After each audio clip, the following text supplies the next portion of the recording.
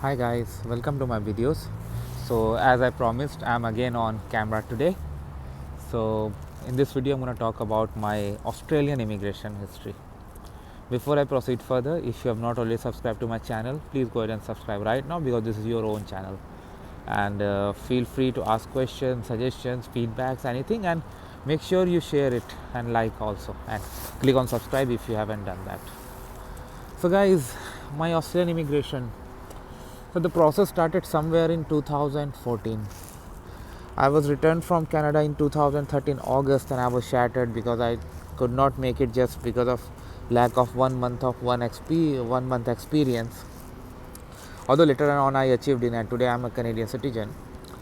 But that was the moment when I was looking for some alternative. If not Canada, then what next? So after doing a lot of research, like I researched for the countries like Denmark, New Zealand, Australia, I focused on Australia because I saw some possibility over there. So when I went through the process, the very first step was to get the skill assessment. So for that, I applied to Australian Computer Society because they do for IT jobs. So I applied with my education credential, my certifications and all. But the problem that came out was they did not recognize my graduation at all.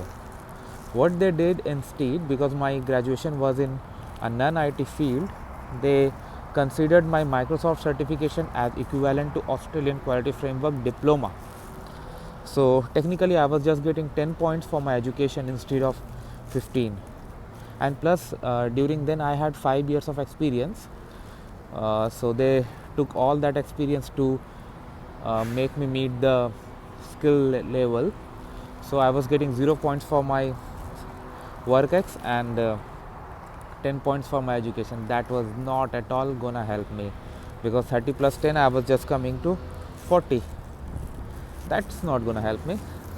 Then what next happened was, like, in IELTS I had good score 8 points, but still I was not able to make it. So what I could do is, like, I tried to find out what else I can do. So there's a process in VETASYS. VETASYS is also a skill assessment authority, but they have a point test advice. So if your skill assessment authority is not able to assess your education, you can file a point test advice with them. So I filed a point test advice with them, and I mentioned in my application, in fact I emailed also after I filed the application, that my intention is to get my education assessed.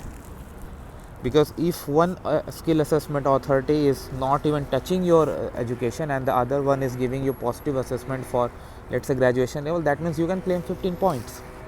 And that's what really worked in my case, that magic trick. So I applied to them and they assessed my education equivalent to Australian graduation. So although my work experience I was getting 0 points, here in education I got 15. Next was, like, still I was behind. So what I did was I looked for state nomination. So I looked for all the states. Some of them wanted job act, some of them had other restrictions. Only in one state I found some hope, and that really worked out in my case was Victoria. I applied to Victoria, filed my application very clearly, I provided all the details. So then for this nomination processing, the processing time used to be 12 weeks. So I did not get my results after 12 weeks. So then I followed up with them, and they said due to large volume of applications, that general explanation. So it took around 16 weeks. One day I woke up in the morning, I saw an email, and that was the turning point. The skill assess, their nomination was actually granted to me and I was successful. So that was a very good point because now I was able to meet the minimum points, plus I got 190 nominations. So that's not gonna stop me anyway. So I immediately filed my expression of interest. I shared the EOI ID with them. So within 3 days there was a draw conducted. During those days there used to be 2 draws a month. So I got my invitation to apply, and I applied. Then on 7th of Jan, when I was in Canada on a work permit, I was no longer in India, I got an email notification on my mobile when I was cooking in my kitchen. that your visa is granted. Then in February I made a trip to activate my visa.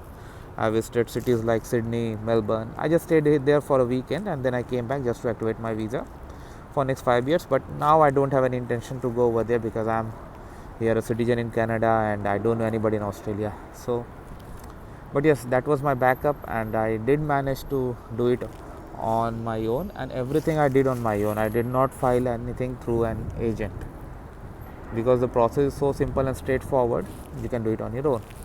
So that's what the history is, guys. So I'm here in front of camera for you guys. So please like, subscribe and share. Thank you.